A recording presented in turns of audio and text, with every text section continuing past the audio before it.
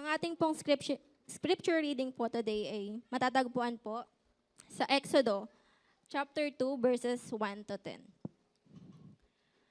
May mag-asawang buhat sa lipi ni Levi na nagkaanak ng isang lalaki. Napakaganda ng bata, kaya 3 buwan itong tinago ng ina. Nang hindi na siya maaaring itago pa, kumuha ang kanyang ina ng isang basket na yari sa tangkay ng tambo at pinahiran ng alkitran upang hindi pasukin ng tubig. Pagkatapos, inilagay niya rito ang sanggol at inilagay sa talahiban sa may pampang ng ilog. Ang kapatid na babae naman ng sanggol ay tumayo sa di kalayuan upang tignan kung ano ang mga nangyayari. Maliligo noon sa ilog ang anak na babae ng Faraon. Natanaw niya ang basket, kaya't ito'y pinakuha niya sa isa sa kanyang mga katulong na naglalakad lamang sa tabing ilog. Nang maiabot sa kanya ang basket, inalis niya ang takip nito at nakita ang batang umiiyak. Naawa siya at kanyang nasabi, "Ito'y anak ng isang Hebreya." Ang kapatid naman ng bata ay lumapit sa prinsesa at kanyang sinabi, "Kung gusto po ninyo, ipapahanap ko ang kayo ng isang Hebreyang mag-aalaga sa sanggol na iyan." "Sige, ihanap mo ako," sagot ng prinsesa. Umalis ang batang babae at tinawag ang mismong ina ng bata. Nang dumating ito, sinabi ng prinsesa, "Alagaan mo ang sanggol na ito at uupahan kita." Kinuha ng ina ang sanggol at inalagaan. Nang malaki na ang bata, dinala siya ng kanyang ina sa prinsesa at siya'y tinuring na anak nito. Sinabi niya, inihaon ko siya sa tubig, kaya't Moises ang ipapangalan ko sa kanya." May God bless the reading of this word. Maaari na po tayong maupo. Amen. Praise! Ang ating pong pastor ay nasa North Caloocan, somewhere in North Caloocan. Nag-speak po siya sa isang anniversary at most of our leaders and siguro mga members din ay may nagdadaan sa mga sakit. Sabi ko kanina, pray natin, mukhang lahat tayo may sakit. Sabi nila, tuwing anniversary po ata, last year din ganito, no, mag-anniversary tayo. Sabi nung isang leader natin, sabi nung isa, parang taon-taon. Pero taon-taon din naman, kahit na pinipigilan tayo ng kaaway in so many ways, si Lord naman hindi kailanman nagpapigil. Amen? Pwedeng palakpakan po natin si Lord. Ayan. At pinatunayan din po ng ating mga leaders na talagang anumang mangyari, Lord, tuloy po tayo. Ayun. So since May, last May, our national conference at itong buong month ng June, ang atin pong tema ay Together Let Us Declare and Display Christ. So ang tanong ko, bakit nga ba ito mahalaga? Bakit ito mahalaga sa atin? Why is this important to us? Why does this matter to us? Bakit tayo maging concerned po dito? Balikan po natin yung tanong na yan mamaya, tayo muna po ay manalangin. Anyways, asan si Ate Joy? Happy birthday, Ate Joy. Pag-pray po natin siya, si Ate Joy Orozco. And Kuya Darwin, who was admitted kagabi. Ayun, kasama namin siya kahapon. Surprisingly, nag-chat si Lee sa bandang mag-aalas 12 at na-admit daw si Darwin. Let us pray. Panginoon, purihin ang iyong dakilang pangalan. Tunay nga po, Lord, na kayo ay mabuti at tapat. Lord, sa umagang ito, Lord, amin pong tinataas, Lord God, ang bawat isa, Panginoon. Narito po, Panginoon, kami na yung mga anak lumalapit po sa iyo, Lord. Lord, we pray, Lord God, that you would speak unto us, O God. And Lord, we also remember, Lord God, our pastor. Use him mightily, Lord God, sa church po, kung saan niyo po siya dinala ngayon. Lord, let your word, Lord God, be revealed, Panginoon. Use him, O God, mightily. And we also declare, Lord God, healing, Panginoon, kay Darwin. Lord God, na nasa hospital ngayon. Lord God, strength sa kanilang buong family. And even sa bawat mga kapatiran po namin na naririto ngayon, Lord God, na may mga pinagdadaan ng karamdaman, Panginoon, Lord. And also, we remember, Lord God, Joy, celebrating, Lord God, the Lord, faithfulness of our God, of our Father, Panginoon, sa pagdiriwang niya ng kanyang kaarawan. Ganon din po si Joy Magat, Panginoon, Lord God. Thank you, Lord God, for such a miracle life that you have given her for another year, Lord God, that you've blessed her with. And Lord, dinadalangin ko po, Lord, itago po ninyo ako sa inyong likuran. Hayaan niyo po na ikaw po ang siyang mahayag, maparangalan at mapapurihan. In Jesus' name we pray. Amen and amen. Sige po. So, ayun, sige, palakpakan po natin si Lord. Two things sa tema po natin, declare and display.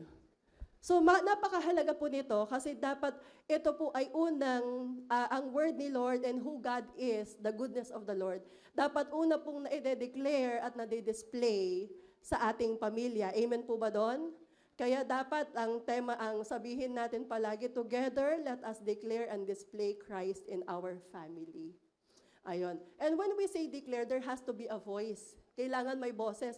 Paano ka magde-declare na walang boses? No, let us declare. Walang voice. And from that voice, a values is formed. And a vision is revealed. Amen? At dito po iikot yung pag-aaralan po natin ngayon. 3 things po doon sa binasa ng ating kapatid na sa atin Nami from the Exodus. Exodus chapter 2, verse 1 to 11. 3 things, voice, values, vision. Yun po yung outline natin. Voice, values, vision.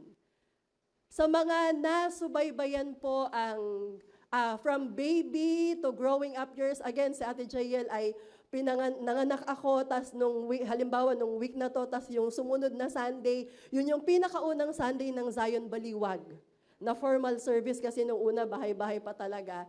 Ayun, so yung age ni Jael ay kasabay ng age ng ating church.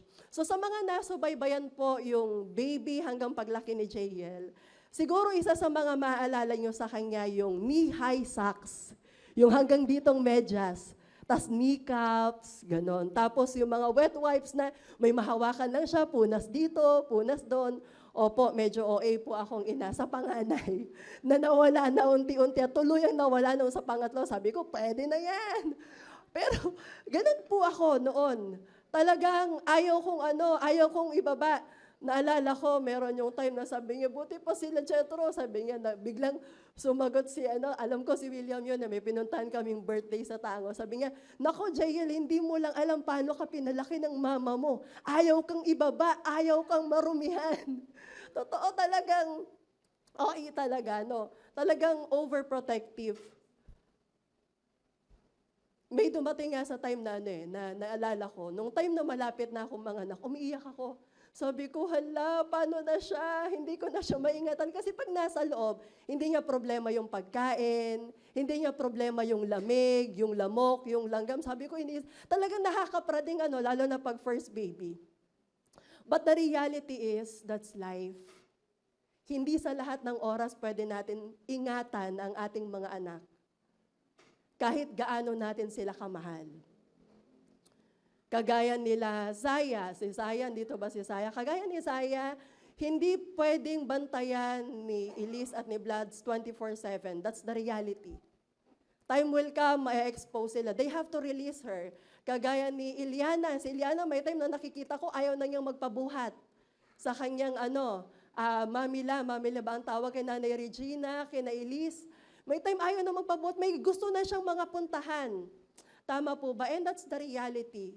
Time will come na hindi na natin sila makikip. In the text that we read, sabi po sa Exodus chapter 2, verse 2, the woman became pregnant and gave birth to a son. And when she saw that he was beautiful, she hid him for 3 months. But when she could no longer hid him. Ang story po ni Jochebed ay panahon kung saan napakahirap ang maging nanay. Napakahirap na maging nanay magulang sa panahon ni Jochebed. Dahil ito yung time na kung saan bawat ipanganak na panganay na lalaki ay pinapatay ng Pharaoh. Sa takot niya sa mga Israelita, sabi niya, ang lakas na nila. Masyado na silang marami. Sabi ni Pharaoh. So kailangan, para hindi nila ma-realize na sila ay napakalakas at lalong hindi sila lalong lumakas, sabi nga patayin natin lahat ng panganay na lalaki. And so she gave birth to a son. And a mother's instinct, i-protect yung anak. Pero sabi niya, 3 months. Siguro malakas umiyak, no? Kagaya ng bunso namin. Malakas siguro umiyak. Sabi nga, naku, hindi ko na maitatago. And that's the reality.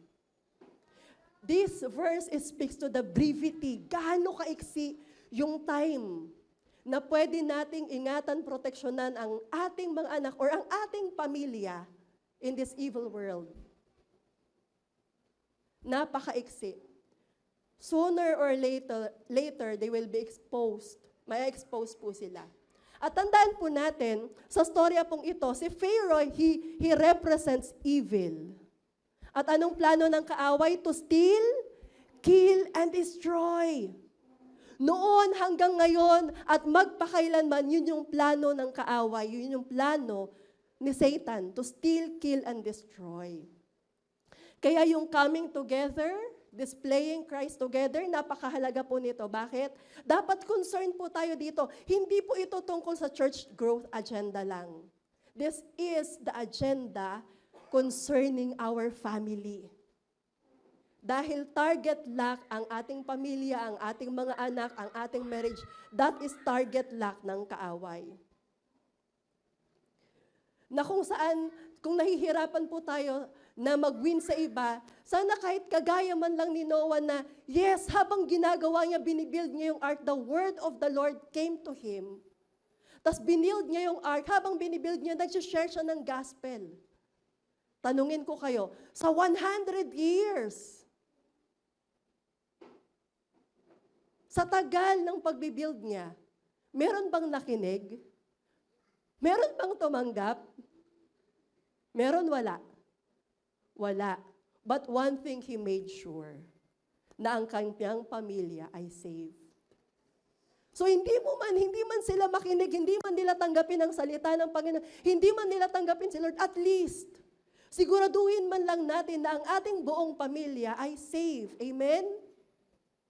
So kung tayo po ay mga magulang, ang anak man po natin ay maliit o malalaki na adult parents na, this is for us. Sa mga soon-to-be parent pa lang or someday will become a parent, this is for you and this is for every one of us. And let God speak to us. Jochebed, a mother who knows full well, na nung oras na pinanganak niya si Moses, wala pang ang pangalan nung pagkapanganak her time is ticking. Huwag po tayong madiwala na mahaba pa yung oras natin. Hindi po. Sabi po dito sa verse 8, basahin natin. So, mag-jump po tayo sa verse 8. Go, Pharaoh's daughter. Ito yung time kung saan nilagay ni Jochebed si Moses sa basket, pinahiran ng alkitran, pinaanod niya sa tubig at napulot siya ng anak ng Pharaoh of all people. Siya ang ginamit ni Lord na makapulot. And the Pharaoh's daughter told her, so sabi ng kapatid ni Moses, si Miriam nandun siya sa gilid, sabi niya, hala, ano kayang mangyayari sa kapatid ko? Binantayan niya yung kanyang kapatid from a distance. At nung nakita niya na napulot siya ng prinsesa, sinabi niya, gusto mo po ba kumuha ako ng mag-aalaga sa kanya? Isang nanay na nagpapagatas, sabi ni Pharaoh, oh go, kumuha ka.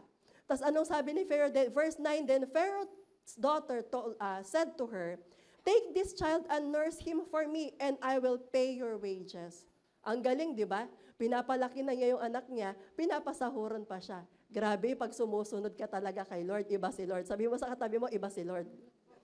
Amen? So the woman took the boy and nursed him. When the child grew older, she brought him to Pharaoh's daughter and became her son, and he named him Moses.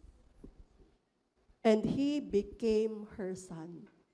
Hindi anak ni Jochebed, but ngunit anak ni Pharaoh. Napakaikling panahon para ihanda ni Jochebed, ang tunay na nanay, ang kanyang anak para sa pagharap niya sa buhay.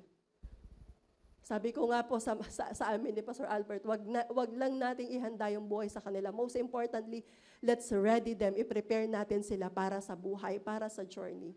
And notice, hindi siya magiging anak na ni Jochebed, naging anak siya ng Pharaoh's daughter, at she named him Moses. Ang nagbigay ng pangalan ay hindi si Jochebed, ang anak ni Pharaoh. Na kung titignan natin, in this world will give you names. Lalo na sa bansa natin, we love titles like doctor, engineer, lawyer. Pero pag mga hindi tapos, okay, tambay, lasenggo, okay, si Bertang Kabayo, this world will give you names, positive or negative. This world will give you name. But let us be the voice of the Lord na nagsasabi ng identity ng ating anak at ng ating buhay. Let God be the one who will declare our identity. Sa kultura po, so number one, voice. Anong ginawa ni Jochebed to prepare Moses? The voice. Sa kultura po nung panahon na nitong pinag-aaralan natin, 4 years old po, usually, winiwin or inaawat ang isang anak sa magulang. But in this story, sabi po ng mga Bible scholars, 7 years old si Moses nang dalhin ni Jochebed sa anak ni Pharaoh. So ibig sabihin, yung 7 years lang yung meron siya para hubugin, ituro ang mga mabubuting asal, ang salita ng Panginoon kay Moses. For 7 years, si Jochebed na tunay na nanay ang boses na naririnig ng anak. And after that, hindi na siya. Moses will be raised in the quarters of the enemy. Yung mismong taong iniingatan mo siya, yun yung mismong magiging boses na pakikinggan, magtuturo, magpapalaki sa kanyang anak. Hindi ba gayon yung nangyayari ngayon? We want to protect our child from this world, but this world is speaking, is becoming the voice to our children, lalo na kung hindi tayo magbabantay. In the place of the enemy, Moses will be molded. Tandaan po natin, si Moses ay hindi ordinaryong anak lang. Siya po ay imomold na magiging prinsipe. Di ba may ganon? Ang mga prinsipe at prinsesa ngayon, meron pa rin, di ba, sa mga England. Kahit na yung mga apo-apo, tinuturuan sila paano umupo, paano tumayo, paano kumain, ano yung babasahin. Tinuturuan po sila. May nagtatrain po sa kanila. Imagine nyo, ang isang anak ng Panginoon, doon siya huhubugin. Imagine po natin ang anak natin. Paano kaya tayo makakasiguro na yung boses, salita ng Panginoon ay mananatili sa kanilang puso, sa kanilang isipan, kahit saan man sila pumunta? Kasi darating yung time, yun yung mangyayari. Nakagaya ni Jochebed. Yun nga lang, ito po yung malungkot sa panahon natin. Itong pinag-aaralan po natin, si Jochebed, wala siyang choice. After 7 years, kailangan niyang isurrender si Moses sa prinsesa ng Egypt. Dahil kung hindi, mamamatay si Moses. Ang nakakalungkot sa panahon natin ngayon, hindi tayo required, wala tayong threat para ibigay ang ating anak kay Jochebed. Pero wala pang 1-year-old, binibigay na natin ang anak natin kay Jochebed. Ha? Yes. Gusto niyo pong malaman kung anong pangalan ng anak ni Pharaoh sa panahon natin? Cocomelon, Roblox, TikTok, Among Us, Zepeto, Gadget, TV. In short, Gadget TV.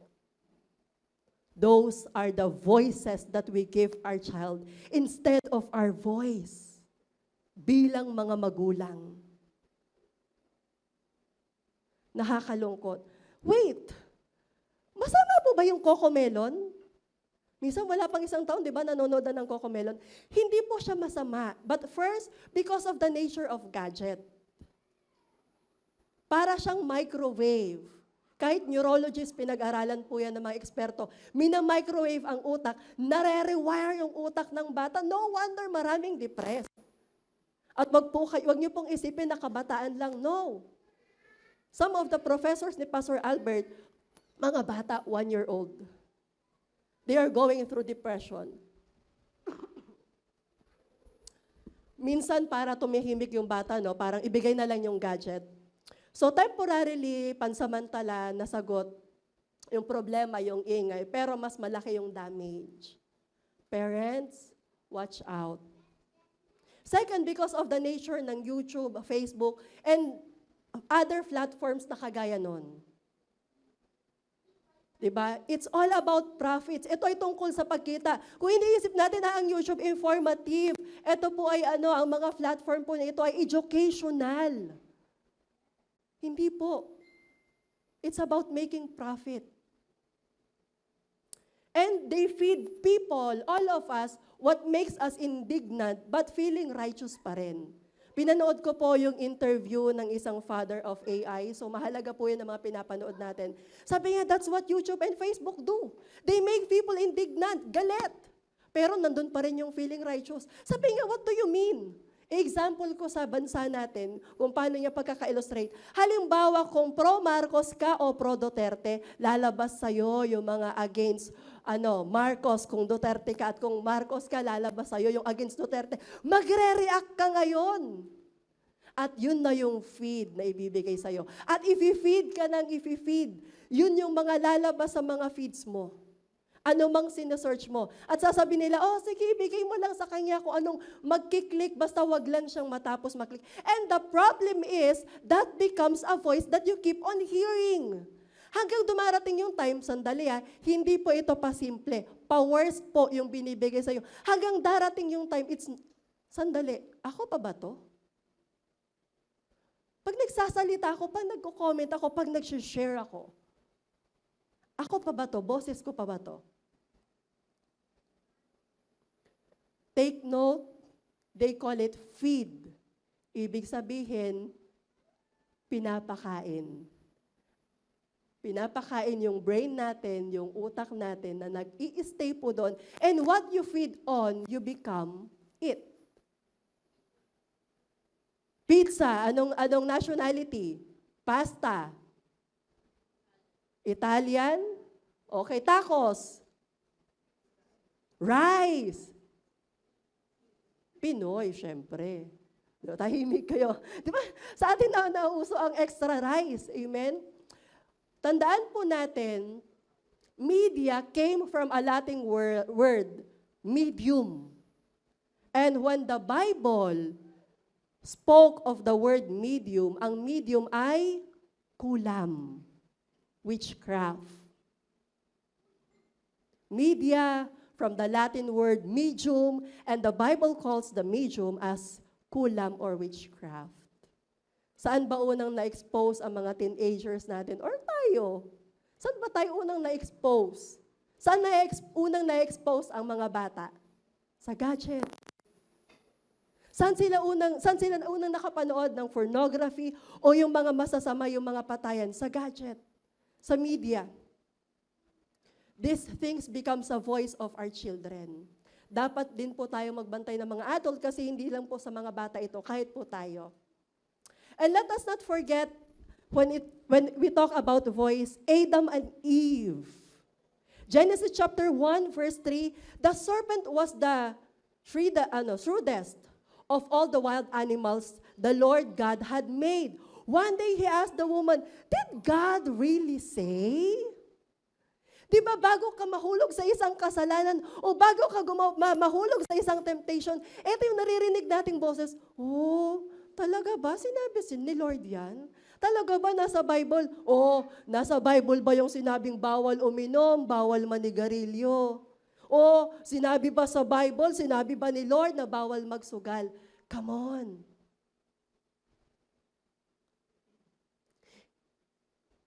Every sin committed comes from that very voice. Did God really say? Sinabi ba talaga ni Lord? At nung nahulog sila sa kasalanan, the Lord asked, Genesis chapter 3, verse 11, sabi niya, who told you that? Sa Tagalog, nagtanong ang Panginoong Diyos, sinong nagsabi sa'yo?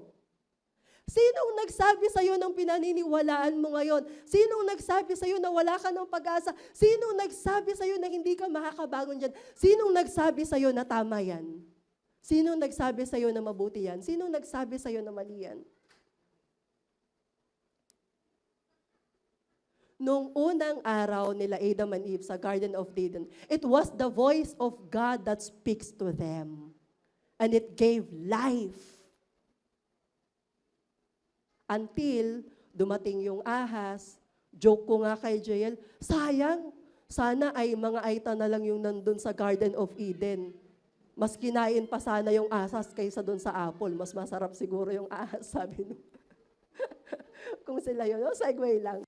But, nung una boses ng Panginoon, remember that day when you first fell in love with the Lord, it was the voice of God that speaks to you. Lord, nababasa mo lang, and the Lord said, umiiyak ka na, Lord, grabe Lord. Talagang tumataas yung boses mo. And then along the way, may mga ibang boses nang lumalapit sa'yo, nangungusap sa'yo. Tanong, kaninong boses ka nakikinig? Tanungin mo nga yung katabi mo, kaninong boses ka nakikinig? Yung pinaniniwalaan mo ngayon, yung prinsipyong meron kayong paninindigan, kaninong boses yan? The truth that you have, sabihin mo nga sa katabi mo, who told you that? Diba?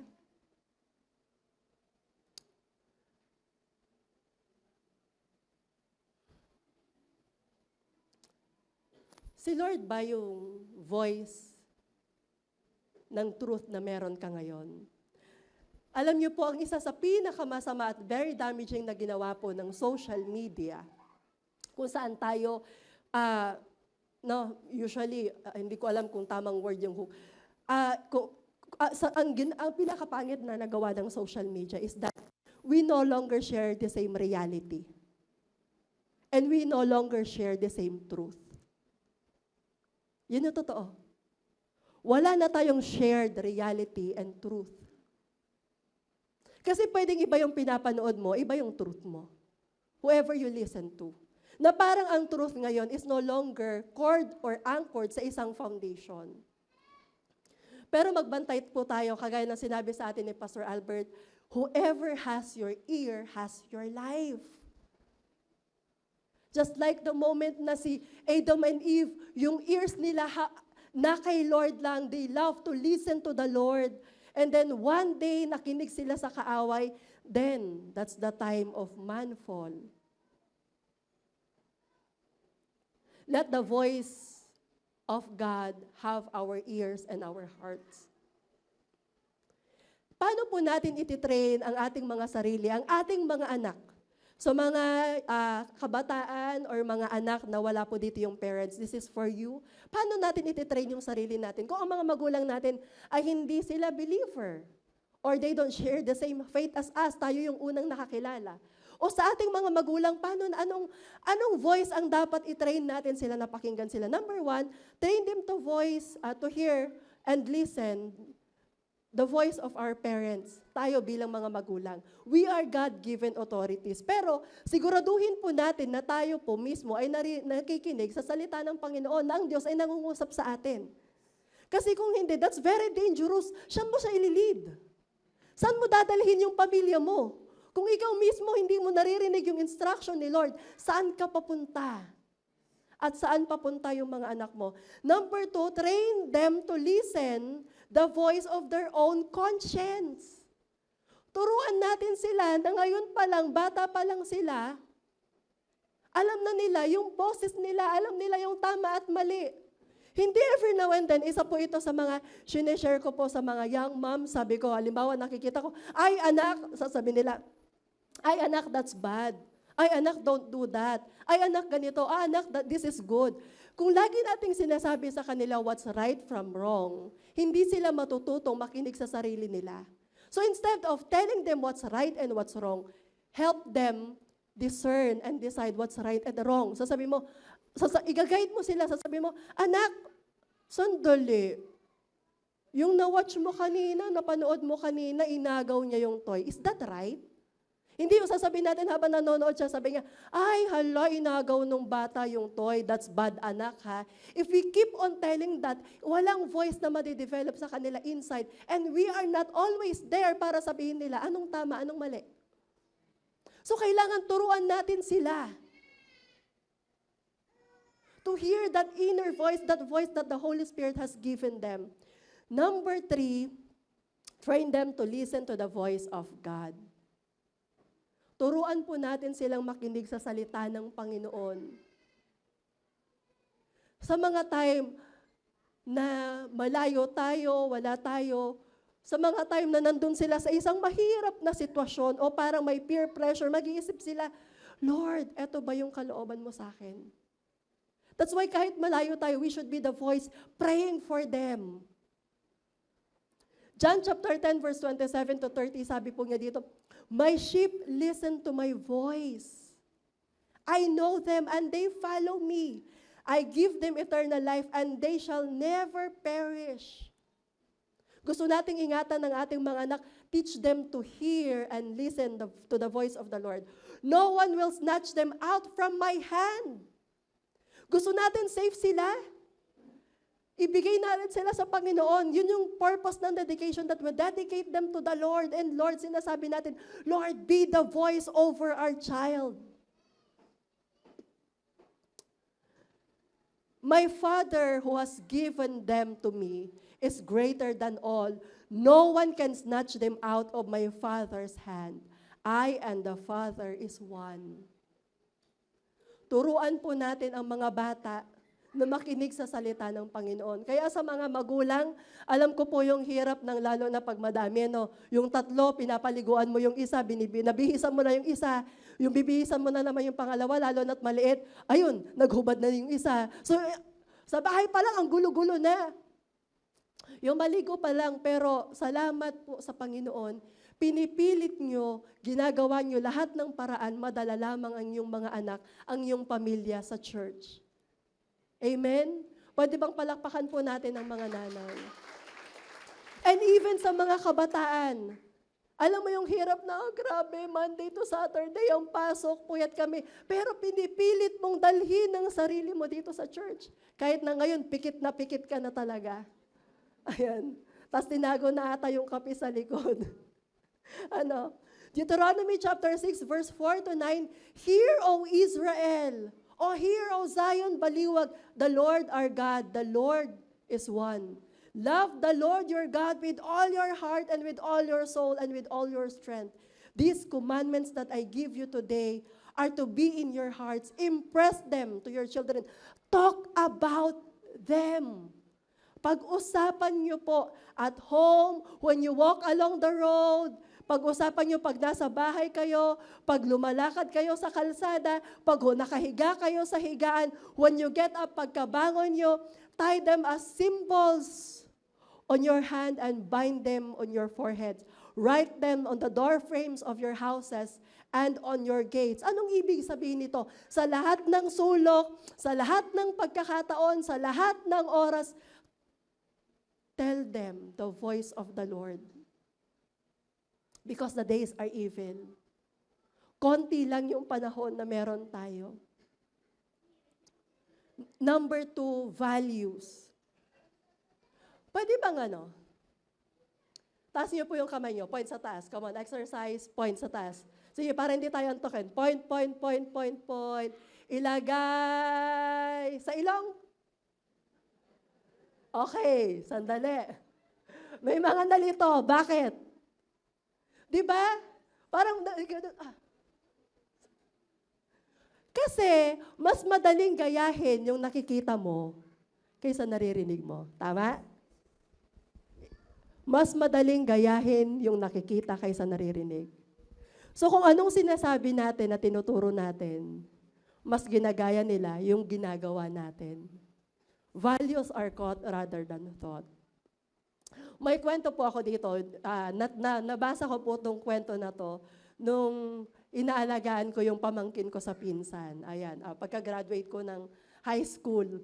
Ayun, so may mga libro siya, binabasahan ko, kaya ako nabasa to. The Young Crab and Its Mother. So ito yung picture. Ito yung nanay, ito yung anak. Tinuturoan niya, anak, kailangan pag maglalakad ka straight. Straight lang anak ang lakad. Sabi niya, yes, mommy, lalakad ako straight. So lumakad siya straight. Nung lumalakad siya, sideways. Sabi ng anak, no anak, bakit ka naglalakad sideways? I told you to walk straight. Maglakad ka ng straight lang. Sabi niya, yes, mommy, yes, mommy. Lalakad ako ng straight, lalakad ako ng straight, lalakad ako ng straight. Tapos nung lumakad siya, sideways na naman. Sabi niya, anak, straight lang, straight. Na-frustrate na yung bata, nakailang ulit na. Sabi niya, Mommy, why don't you show me how? Paano maglakad ng straight? At lumakad yung nanay. It's funny, but sometimes that's the reality. Sinasabi natin, anak, gawin mo to, pero iba yung ginagawa natin. At ang ginagaya nila yung ginagawa natin. Ninote ko to sabi ko, anong tawag dito? Pagpapaalam ko pero hindi ko nakausap ng maaga. Hindi ko na lang babanggitin yung pangalan. This speaks of a mother, pero most importantly, sa mga tatay, mahalaga din. May isang tatay po tayo na, I believe, anong tawag dito?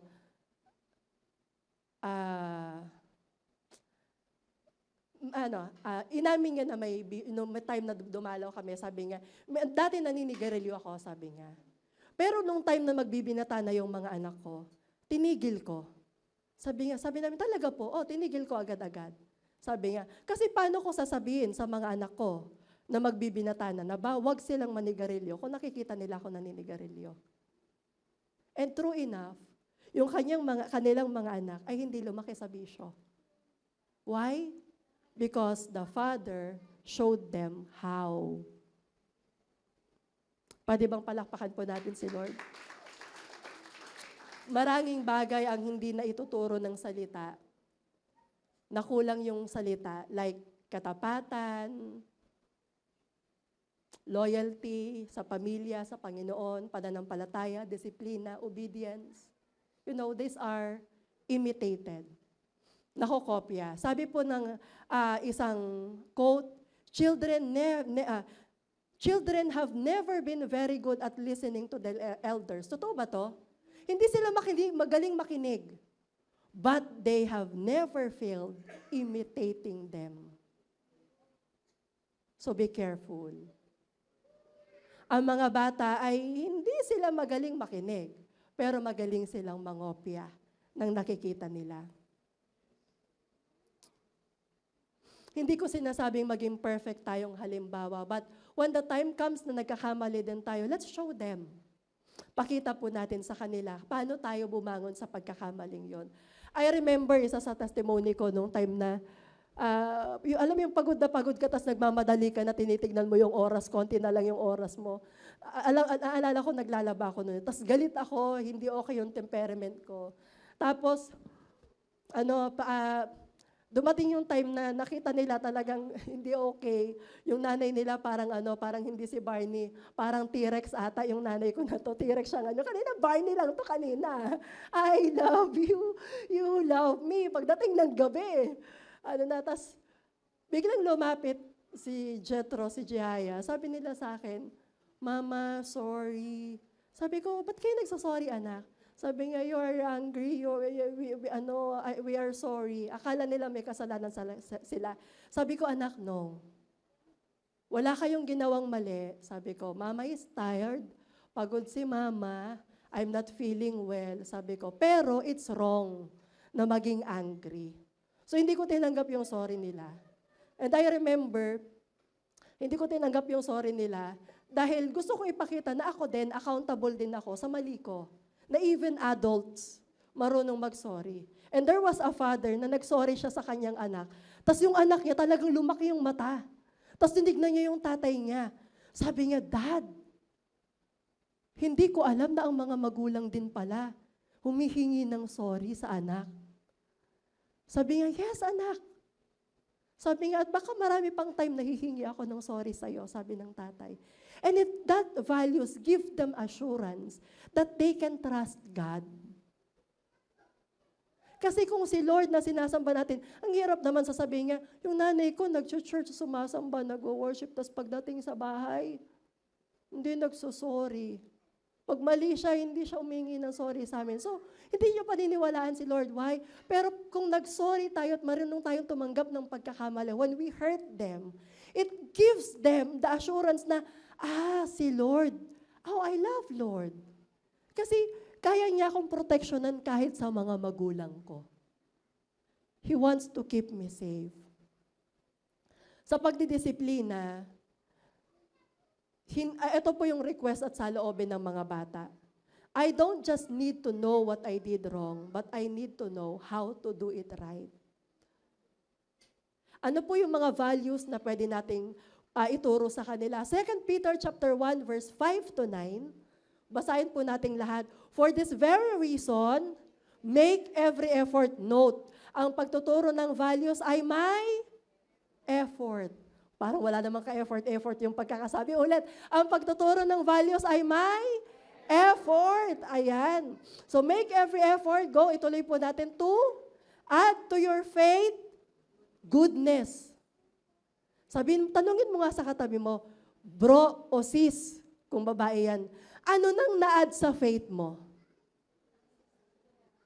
Kasi sabi nga, make every effort to add to your faith goodness, and to your goodness knowledge, and to knowledge self-control. So dapat, hindi lang faith, may nadadagdag. Pag nasabi niya, hala, wala pa, faith pa lang, sabi mo, oh my goodness. May dinadagdag pala. Yes po, o tuloy natin. Add to your faith goodness, and to goodness, knowledge. And to knowledge, self-control. And to self-control, perseverance. And to perseverance, godliness. And to godliness, mutual affection. And to mutual affection, love. For if you possess all these qualities in increasing measure, dumadami. So, ibig sabihin, kung ang self-control mo noon ay umaabot ng hanggang alas 5, okay Lord, thank you Lord, pwede nang umabot hanggang alas 6. Sa susunod na Lord, sa susunod na linggo, yung self-control ko kaya nang umabot hanggang alas 7. Amen? Increasing measure. They will keep you from being ineffective, unproductive, in your knowledge of God, our Lord Jesus Christ. But whoever does not have them is nearsighted and blind, forgetting that they have been cleansed from their past sin. So dapat pala meron lahat. Dapat po pala meron nito. It should be an increasing measure. Ang malungkot sa panahon natin, in the world that we live right now, ang sineselebrate, economic growth, career opportunities, or career success. In fact, ang mundo na to, tuturuan po tayo na for the sake of your career, iiwanan mo ang anak at pamilya. Hindi nila sinasabi directly, but every time sinasabi nila, overtime tayo ngayon. O kaya lalapit sa yung boss mo, nga pala, wala palang mag-duty sa Sunday. Ikaw na muna. Tapos sa susunod na Sunday, hanggang sa susunod na Sunday. Nawawala tayo sa ating mga anak. We live in the world that celebrates earthly possessions, material things, this kind of promotion na worldly. Hindi po yun masama. Yun nga lang ang malungkot. Kung ang kapalit po nun ay yung pamilya at minsan yung sarili mo na rin mismo. Yun po yung malungkot. Narinig nyo na po ba to? Na sinabi, ay, sayang, ang galing-galing niya. Classmate ko yun eh. Ang tali-talino niya, ang galing nun sa klase. Tapos ngayon, klase, tapos ngayon nasa bahay na lang. Nag-aalaga ng bata. Sayang naman. Well, I would understand medyo yung thought na to, bakit ganun, no? Parang ang dating po sa akin, yung talino galing ng isang magulang ay para pampalaki ng negosyo at pampalago ng negosyo ng iba, pero hindi bagay sa anak. Bakit? Bakit ganun? Hindi po dapat. Di ba? Hindi ba dapat tayo, yung best ang makakatanggap na una ang anak natin? That's why, although hindi ko naman sinasabing dapat hindi nagtatrabaho ang nanay at tatay, pero kung kaya naman na isa lang at maiwan yung isa, lalo na in the days of formative years, 0 to 3. Critical po yun. Attachment period. That's very critical. Kung kaya naman may habag si Lord, why not ang isa magstay? That's why, pwede bang palakpakan natin si Lord dun sa mga nanay, we have them sa church na talagang nagstay. And notice this, mga nanay, kung iniisip mo, parang nakikita mo yung mga kaklase mo, pwedeng friends mo sila sa Facebook, at okay na sila sa karera, I'm telling you, kung yung anak mo marunong mag-pray, marunong pawalakpak, ayan si Aliana pumapalakpak, marunong mag-worship, then you are doing the best job in the world. And congratulations to you.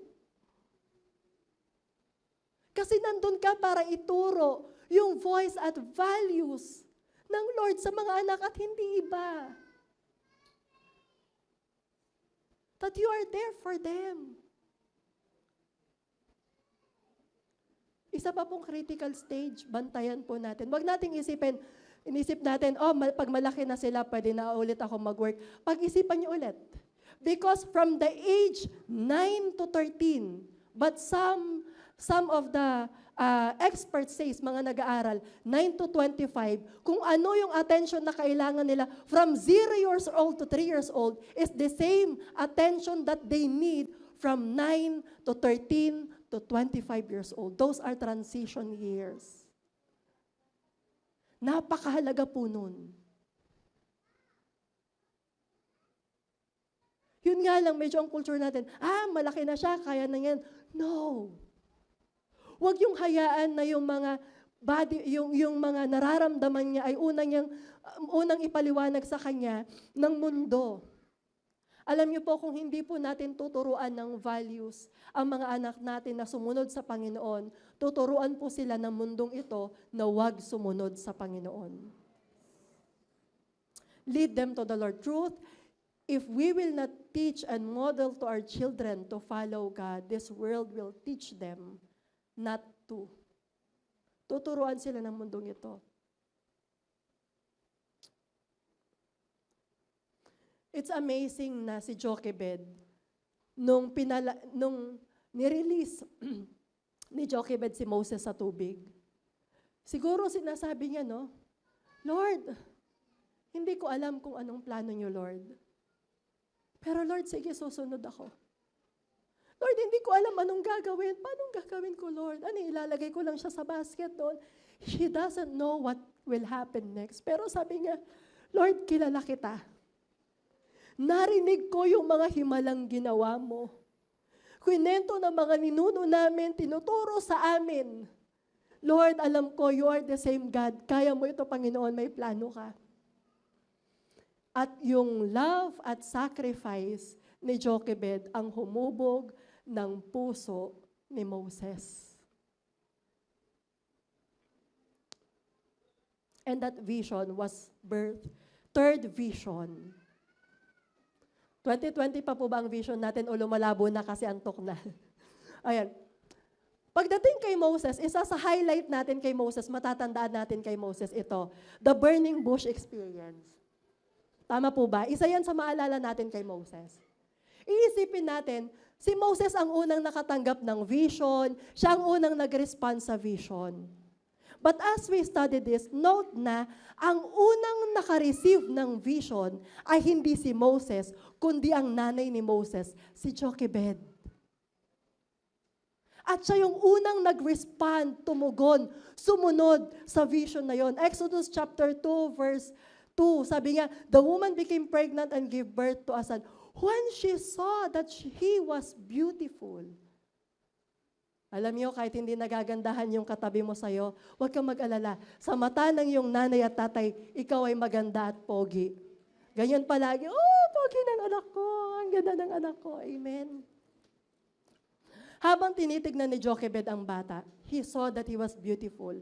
And maybe, just maybe, may vision siyang narinig habang tinitignan niya yung kanyang anak.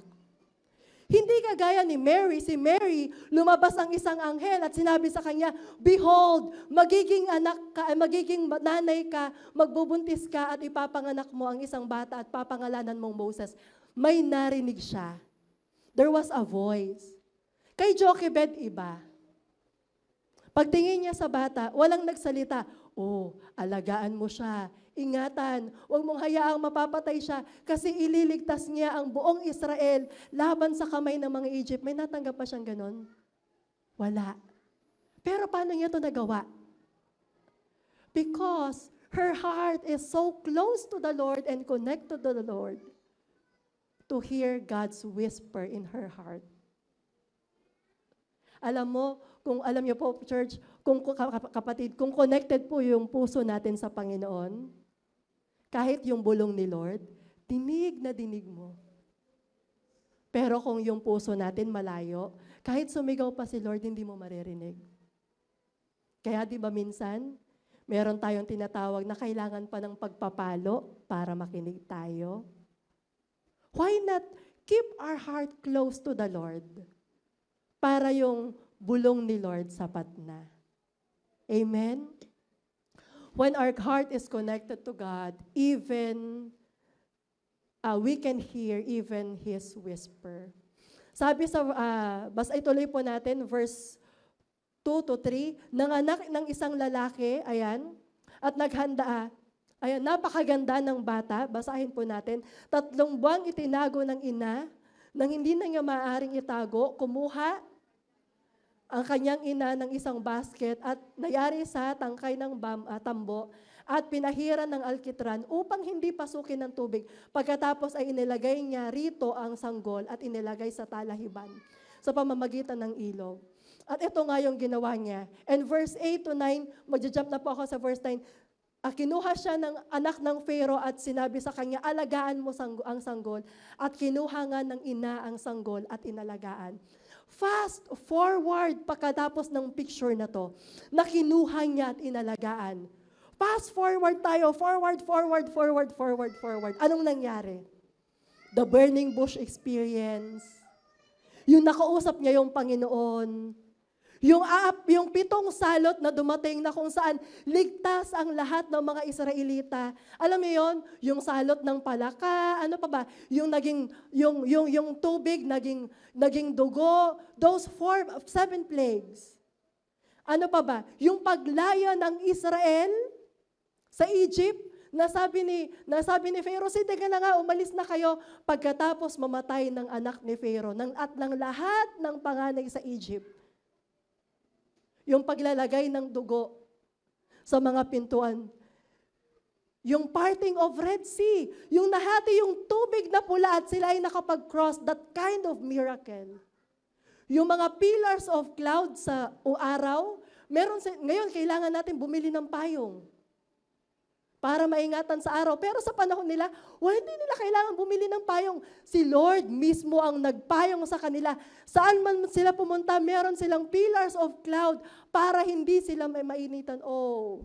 Ang sweet ni Jesus, ang sweet ni Lord. Amen? Sabi nga, ayaw kong masunburn yung mga anak ko.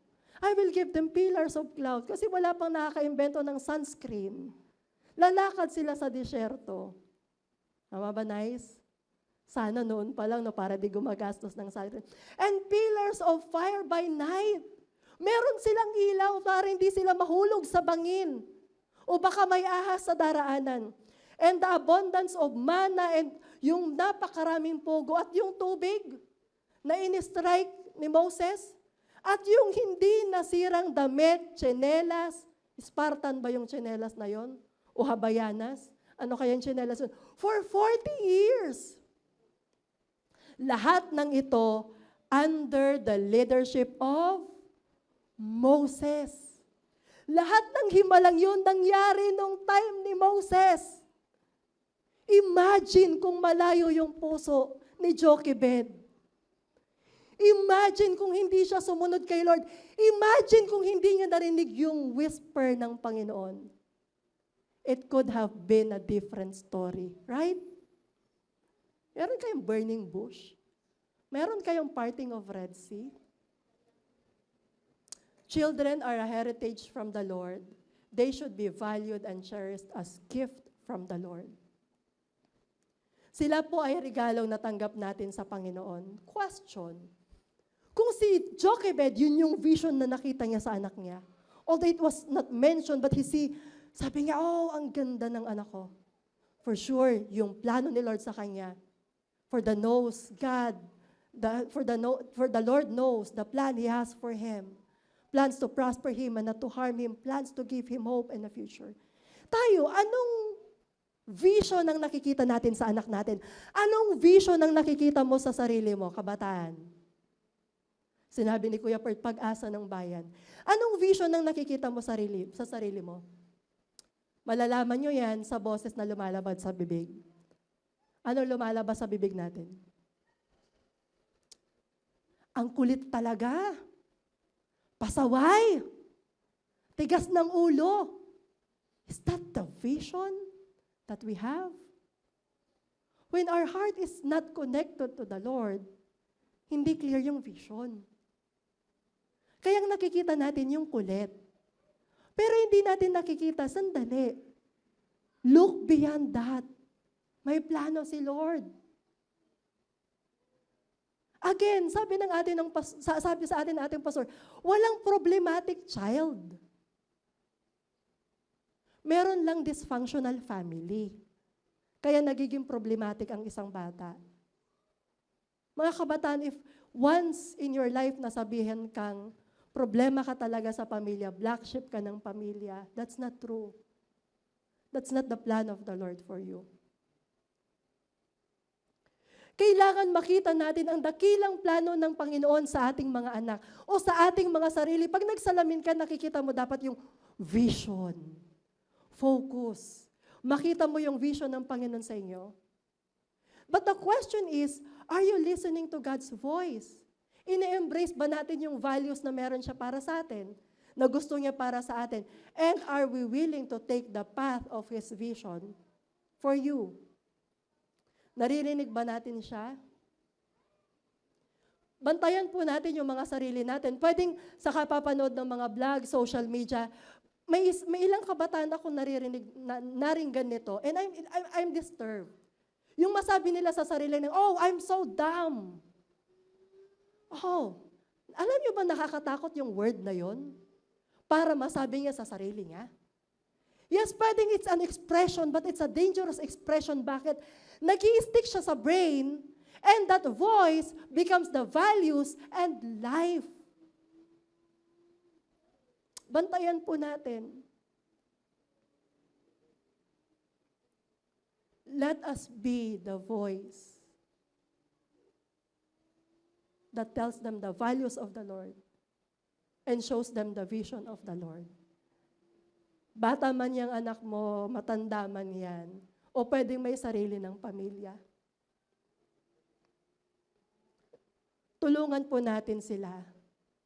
Tulungan po natin ang ating mga sarili na makita yung vision ni Lord.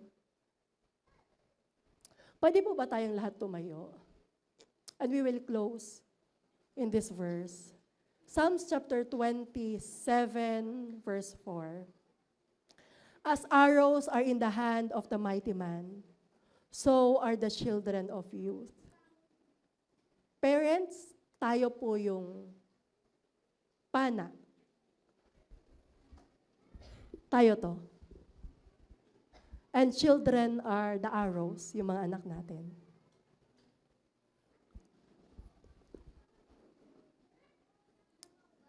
Nakagaya ng isang warrior, ang parents dapat intentional sa pag-guide, pag-shape ng buhay ng bata, Aiming the target towards the godly future. So ikaw yung mag-aim.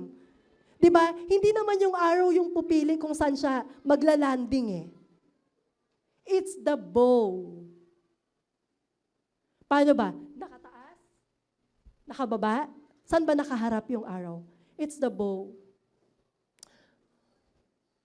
Arrows symbolize the potential and direction. Arrows need to be carefully crafted and aimed. So too our children. Require guidance and purpose, vision, values. Mga magulang, tingnan niyo po yung inyong mga kamay. Nasa ating kamay yung ating mga anak. Nakagaya ni Jochebed, sa kamay niya binigay, sa kamay niya binigay ng Panginoon. Si Moses, ganun din tayo. Binigay ni Lord sa ating mga kamay. Yung isang napakalaking potential na bata, or pwedeng adult, kids. Alam niyo po ba yung reality ng arrow? Mas malayo ang nararating ng anak kaysa sa magulang. And that is, I consider success. Ang arrow, ang bow, dito siya, pero pag nirelease mo yung arrow, ang layo ng kanyang mararating. Pero kung saan siya maglalanding sa buhay, ay depende kung paano natin sila nire-release. Depende kung saan naka-aim yung palaso.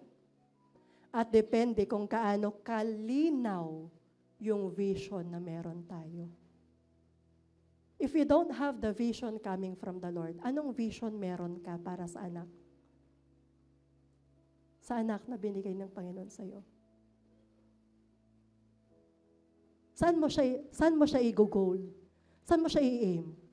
Anak, dito ka. Anak, dito ata? Dito? We should have a clear vision where to release them. Sa mga kabataan, isipin natin, pang magulang naman, hindi po ata pang akin. Well, if you don't have that parents,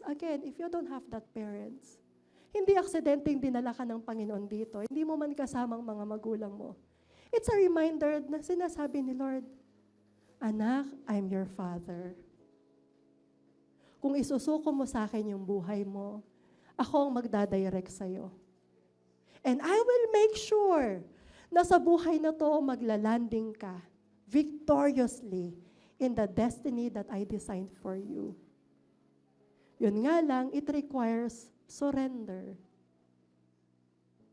Hindi pwedeng nasa kamay tayo ng kaaway at nasa kamay tayo ng Panginoon. No. Yung potential ng arrow ay pwedeng makapanira o makabuti. Depende na sa kaninong kamay. If we are in the hand of links or sites, websites na alam mong hindi tama, then that's a warning. Anak, you're not in my hand. We should be in the hand of the Lord. Kasi hindi mo makikita yung vision ko para sa'yo. Proverbs 22 verse 6, direct your children unto the right path, and when they grow older, they will not leave it. They will not leave it. Direct. Direct that arrow. Saan mo siya i-direct?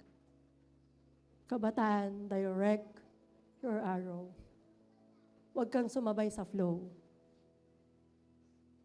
Pwedeng isipin natin, no?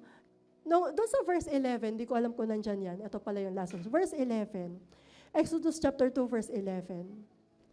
Nung time na sobrang passionate si Moses, lumabas siya, tinignan niya, nakita niya yung Egyptian na pinapahirapan yung mga Israelita. Tapos sobrang passionate siya, pinagtanggol niya yung isang Israelita at napatay niya yung Egyptian.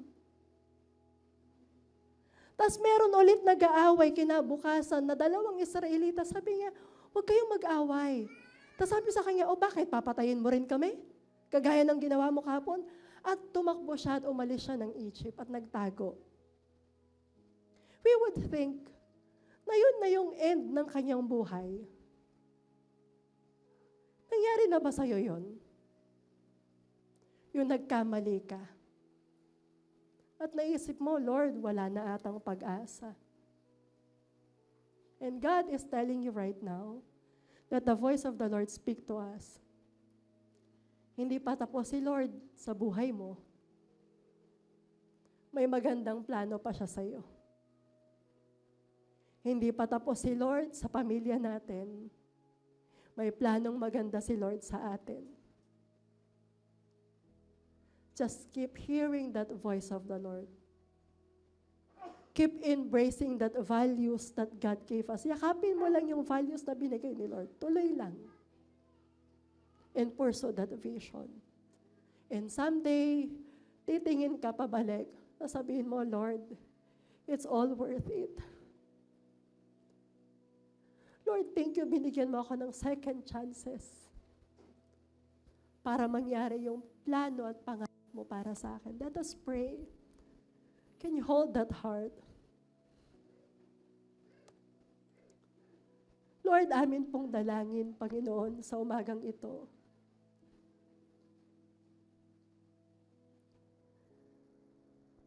Buksan mo po ang aming puso,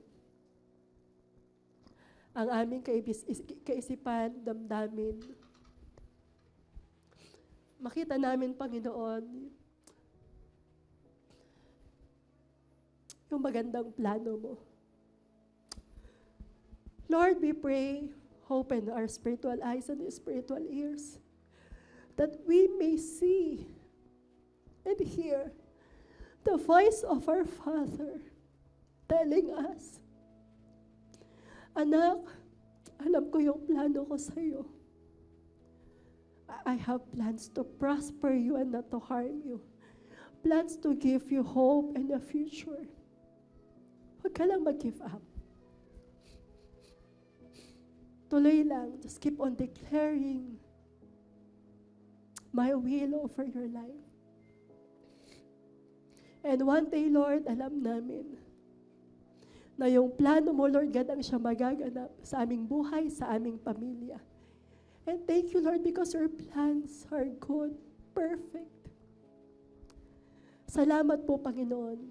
Sa mga kapatid kong naririto ngayon, Lord God, that maybe they have doubts sa sarili nila. Lord, nawa, Panginoon, ang salita mong siya nag-uusap sa kanila at nagbigay sa kanila ng pag-asa at lakas. Salamat po, Panginoon. In Jesus' name we pray. Amen and amen.